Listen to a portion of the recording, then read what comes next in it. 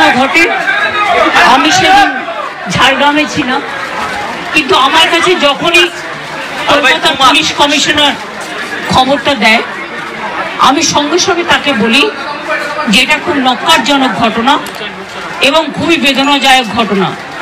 যেই জড়িত থাক তাকে ইমিডিয়েট শাস্তি দিতে হবে এবং আমরা চাই এই কেসটা ফাস্ট ট্র্যাক কোর্টে হোক। ফাস্ট ট্র্যাক কোর্টে হলে জুডিশিয়াল প্রসেসটা তাড়াতাড়ি হবে এবং তাতে আমরা ফাঁসির দাবি জানাবো। কারণ কিছু মনে রাখবেন, কিছু লোক এখনো সামাজিক অবক্ষয়ের মধ্যে আছেন, সামাজিক মূল্যবোধটাকে ভুলে গেছেন। মেয়েদের গায়ে হাত দেওয়া যে কত বড় অপরাধ এবং তার সাথে যে অত্যাচার করেছে বা তাকে যেভাবে খুন করেছে, আমি আশ্চর্য হয়ে যাচ্ছি। ওখানে নার্সরা ছিলেন, ওখানে ওদের সিকিউরিটি ছিলেন,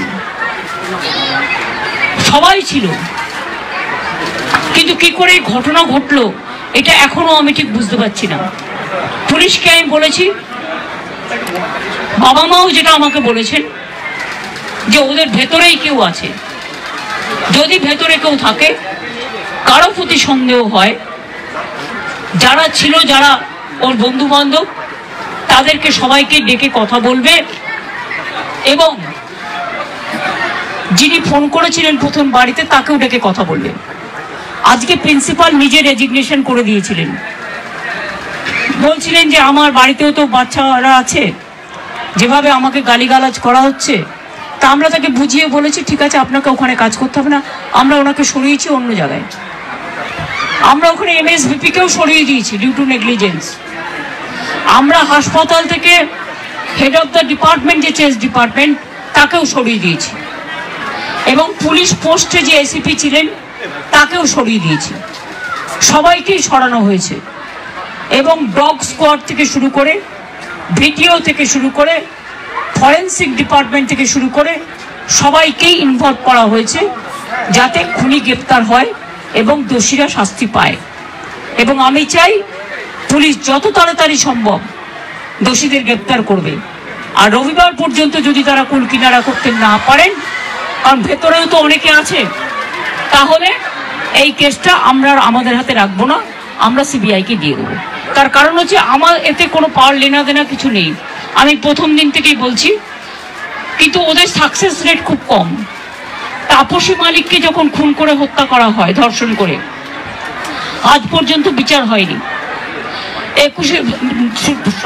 সিঙ্গুরে এটা হয়েছিল, নন্দীগ্রামে যখন 14 জন গুলিতে মারা যায় বা 10 জন হারিয়ে যায়, আজও তারা ফিরে আসেনি।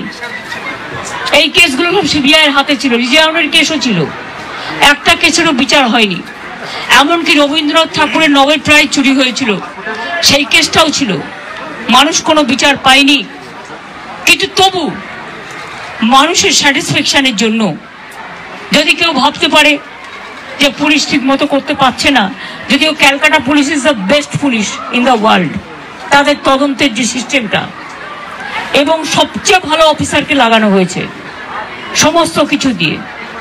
আমরা রোববার পর্যন্ত সবাইকে ডাকবো, আমাদের পুলিশ ডাকবে, এটা বিনীত বলবে, আমি বিনীতকে বলতে আহ্বান জানাচ্ছি। আমরা অলরেডি যে ইনভেস্টিগেশন প্রসেসের মধ্যে যারা যারা ওই পিওর কাছাকাছি ছিলেন, কোনো ধরনের কোনো কানেকশন আছে, ইনভলভমেন্ট আছে, প্রত্যেকটা লোককেই ডাকা হচ্ছে এবং ডাকা হবে যদি কারো না ডাকা হয়ে থাকে। এবং আমরা অলরেডি একটা হেল্পলাইন নাম্বার শুরু করেছি, ওর মধ্যে ডাক্তাররাও আমাদেরকে বলতে পারেন, অ্যানোনিমাসলি বলতে পারেন, ফিজিক্যালি এসে বলতে পারেন কি যদি কারো উপরে সন্দেহ থাকে, কি কারণে সন্দেহ আছে। ফ্যামিলি মেম্বার সঙ্গেও আমরা টাচে আছি। কালকে অ্যাডিশনাল CP1 পার্সোনালি এখানে এসেছিলেন, উনি ওনার ভিউটা জেনে গেছেন। আমিও আজকে এসেছি, ম্যাডাম এখানে এসছেন, আমরা ওনার ভিউটা জেনে গেছি এবং ওদের সঙ্গে আমরা কন্টিনিউয়াসলি যোগাযোগে থাকবো এবং প্রোগ্রেস অফ ইনভেস্টিগেশন নিশ্চয়ই ওদের সঙ্গে শেয়ার করব। এবং আমরা নিশ্চিত কি আগামী 4-5 দিনের মধ্যে যদি আরও কেউ থাকে, আমরা নিশ্চয়ই ওদের সবাইকে আমরা নিশ্চয়ই অ্যারেস্ট করতে পারবো। আর যদি তা সত্ত্বেও যদি ফ্যামিলি স্যাটিসফ্যাকশন না থাকে, ম্যাডাম যা বলেছেন সেটা হবে।